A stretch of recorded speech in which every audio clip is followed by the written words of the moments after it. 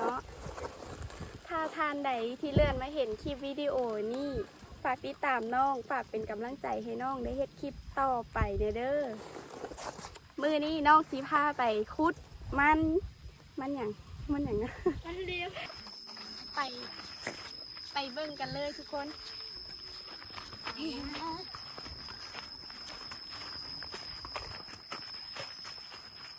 แดดก็ฮ้อนทุกคนเลย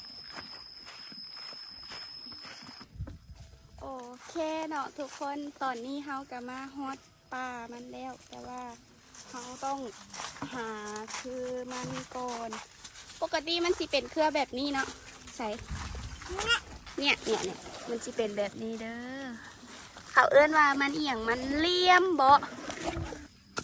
โอเคเอาซีมาขุดให้เบิ้งเด้อนี่คือมันนะนี่ยันมาเบิ้ง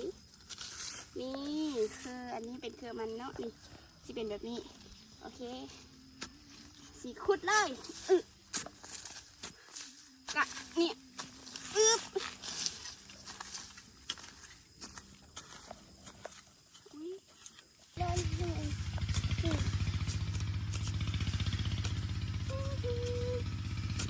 ไม่ใส่ดิเลือดอ่ะเนี่ยเกิดมาย้อนเบิ้งนี่ให้ข้าเจ้าเบิ้ง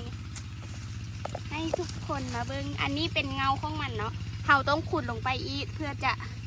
ได้คู่มันนั่นเองใช้เรือมัน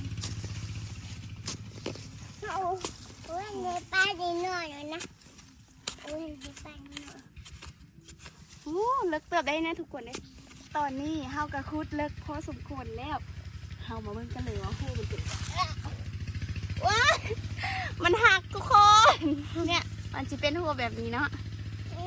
นี่ใส่เราต้องขุดลงไปอีกเนี่ยมันยังมีอยู่เลิกมากทุกคนเลิกมากโอเคตอนนี้เราก็ได้ไปแล้วโหนึงเดี๋ยวหาสิมาขุดตัวนี้อีกนี่หนึ่งไร่อ่ะทุกคนเราสิเป็นใครเลือดออกไหมนี่อันนี้นี่โอ้ยอันนี้เป็นหัวของมันอุ้ยมันมีลายหัวอยู่นะเนี่ยเดี๋ยวเราสิขุดเด้อเดี๋ยวเฮาสิมาขุดโหที่ซ่องแล้วทุกคนเนี่ยว่าสิได้อยู่บ่เนาะหนึ่งก็ไล่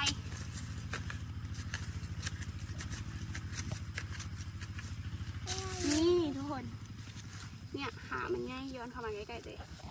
โอเคเนาะทุกคนคลิปนี้ก็น้องลูกตาลขอลาไปก่อนเนาะฝากทุกคนเอ็นดูเลยติดตามน้องเนเด้อเพื่อน้องสิได้มีกำลังใจเฮ็ดคลิปต่อไปเราส้มคลิปต่อไปกันเลย